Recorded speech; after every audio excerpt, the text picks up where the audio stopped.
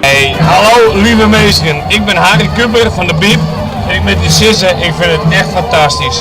Toen ik vanochtend wekker weer, en wie jelden jongenen, toen deed de wekkertje weer. Ik zei Serena van, moest er zien? Ik zei, dit is dikke vette kut, dit is een dikke vette kutzooi. Want het wordt helemaal niks. Het regent, maar niks maakt het uit of het nog rijdt of het rijdt net, wij gingen gewoon terug. En wat hebben wij? We hebben een super mooi waar hebben erbij.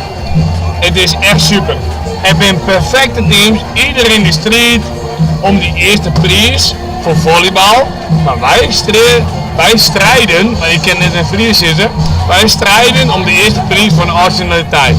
Het maakt niks uit, het is eerlijk al fantastisch. We vinden het zo mooi om mij te doen. En we doen de meisjes nou. En ja, wij zijn dan het no smoking team. En wat moet ik... Ja, hier ben Jan Kuiper, de zoon van Harry en schoonvader Arina. Dat van een mooie dag, we dachten eerst zeg maar van het was allemaal regen. Maar toch gelukkig weer zonneschijn na die tijd. Dat is heel mooi en gezellig hier zo. En ik heb gereden met de tractor, met een melkwagen erachter van de jongens gebroeders Menkema.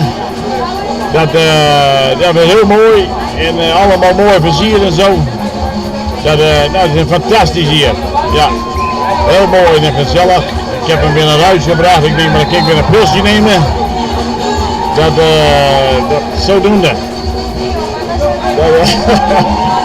Dat ik denk, nou, maar ik moet wel fiets terug. Dan kan ik ook weer een fiets terug in naar huis toe. Volgens mij dat was een mooi, gezellig en mooi weer erbij. We dachten eerst maar dat we de hele dag regen, als je palen maar zo hoort, dan de hele dag regen, maar het is toch gelukkig mooi